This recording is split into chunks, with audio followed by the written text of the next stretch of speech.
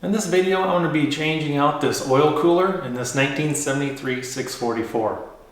Why do I need to change it out? Check out what one of the previous owners did. For some reason, they cut off this barbed end. That's what it's supposed to look like. It should have this kind of barb around it to seal off the hose. And if you look right there, I believe someone may have smashed this in the past and they cut that off. And the hose will never seal right on there. It's been leaking oil out of the front end. I can't get it to stop, so I wound up ordering a new oil cooler. So here's the new oil cooler I'll be installing. I happened to buy this one from Barneveld Implement up in Wisconsin.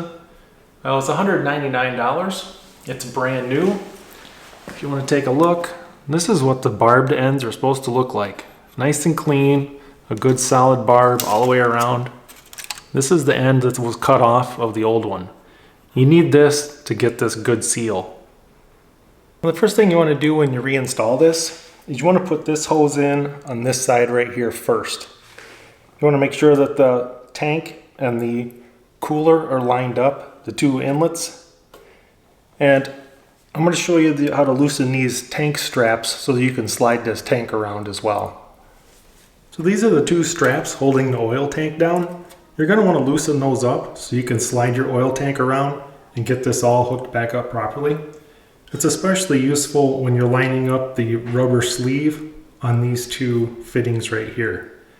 Once you get that rubber sleeve lined up, you want to make sure that your cooler is centered, and then you can retighten your oil tank.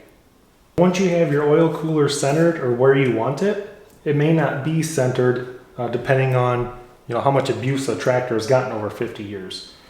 But once you get everything lined up, these two straps right here is what holds your oil cooler in place. And simply tighten down the two straps with these 4 screws, and that's going to lock your oil cooler in place. Now once the tank is secured, the oil cooler is secured, you're going to simply reconnect this lower inlet with the hose clamp behind the barb, and your oil cooler is all installed. Now that the cooler is all reconnected, I'm just going to refill the oil, and you're going to use 1540 Rotella. And I'll do a full video on how to change and prime and add new oil to this machine later on. But basically I'm going to let it run for a couple days without the front end on it, just to make sure there's no leaks. If there is a leak, I can easily see it and fix it versus putting the grill back on, bolting it all in, hooking back up the headlights, and doing that all over again. Hope you guys found this video helpful and informational. Thanks for watching.